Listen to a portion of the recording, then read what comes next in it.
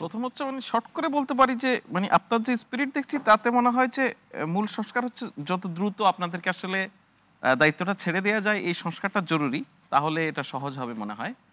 আরেকটা হচ্ছে যে টাকা ফেরত আনার কী ধরনের প্রয়োজন, কী ধরনের সংস্কারের প্রয়োজন।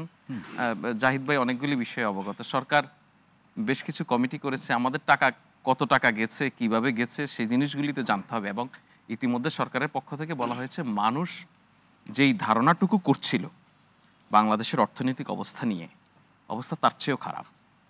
প্রথম কথা হচ্ছে এই ইনফরমেশনটা জানা জরুরি, ইকোনমির অবস্থাটা কি, কোথায় গেছে টাকা, সেই টাকা কিভাবে আসবে। 6 মাসে অগ্রগতি কতটুকু? আপনি 6 মাসে অগ্রগতি অনেকগুলি প্রতিষ্ঠানের সঙ্গে আলোচনা হয়েছে, অনেকগুলি প্রতিষ্ঠানকে অ্যাপয়েন্ট করার বিষয়ে ভাবা হচ্ছে। কিভাবে লন্ডার্ড মানি ফেরত আনা এর অত্যন্ত জটিল একটি প্রক্রিয়া। অত্যন্ত, পৃথিবীতে এমন অনেক দেশ আছে যে ঘোষণা দিয়ে দিবে আমার দেশে তোমার টাকা আসছে, আমি দিব না। সে কোনো ধরনের ট্রিটির মধ্যে তার স্বাক্ষরই নেই যে এই টাকা সে দিবে, এরকম। আবার আপনার ইউএনের আনকাক বলে একটা জিনিস আছে, সেখানে বাংলাদেশ সিগনেটারি, সেই অন্যান্য যে সমস্ত দেশ সিগনেটারি, সেখানে সেই সিগনেটারি দেশগুলির সঙ্গে কাজ করার সুযোগ আছে, কাজ হচ্ছে না। কিন্তু এই প্রসঙ্গে ফয়েজ ভাই, আপনি যদি সম্মানিত প্রধান উপদেষ্টার যে গ্লোবাল ইমেজ, সেটাকে কাজে লাগিয়ে আপনারা কি এই কাজটি করতে পারছেন না? সম্মানিত প্রধান উপদেষ্টার গ্লোবাল ইমেজ কাজে লাগিয়ে তার গ্লোবাল ইমেজ দেখে যা আপনার পকেটের টাকা আপনি কিছু দিবেন না? আমি তো সেটা বলছি না। এটা তো মানে টাকা পাচার হয়েছে, সেই টাকা আপনার প্রক্রিয়াটাকে সহজ করে আনতে পারছেন না। হ্যাঁ, আপনি যত সহজ করে বলছেন বিষয়টা তত সহজ না।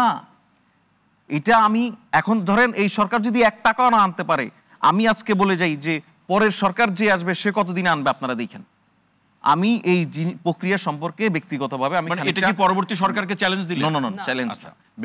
প্রক্রিয়াটা সম্পর্কে ব্যক্তিগতভাবে আমি খানিকটা অবগত বলে আমি বলছি। এটা অত্যন্ত জটিল একটি প্রক্রিয়া।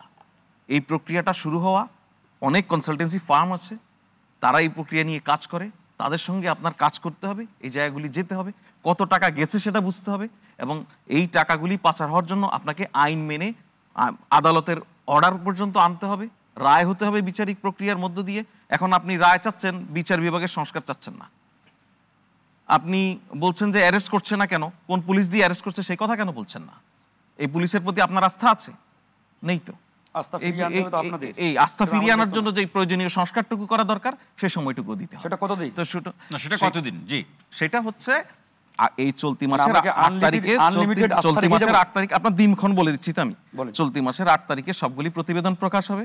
চলতি মাসের মধ্যবর্তী সময় থেকে শুরু করে আপনাদের সঙ্গে, রাজনৈতিক দলগুলির সঙ্গে আপনার জাতীয় ঐক্যমত্য কমিশন আলোচনা শুরু করবে। সেখানে আপনারাই সিদ্ধান্ত নেবেন কতদিন।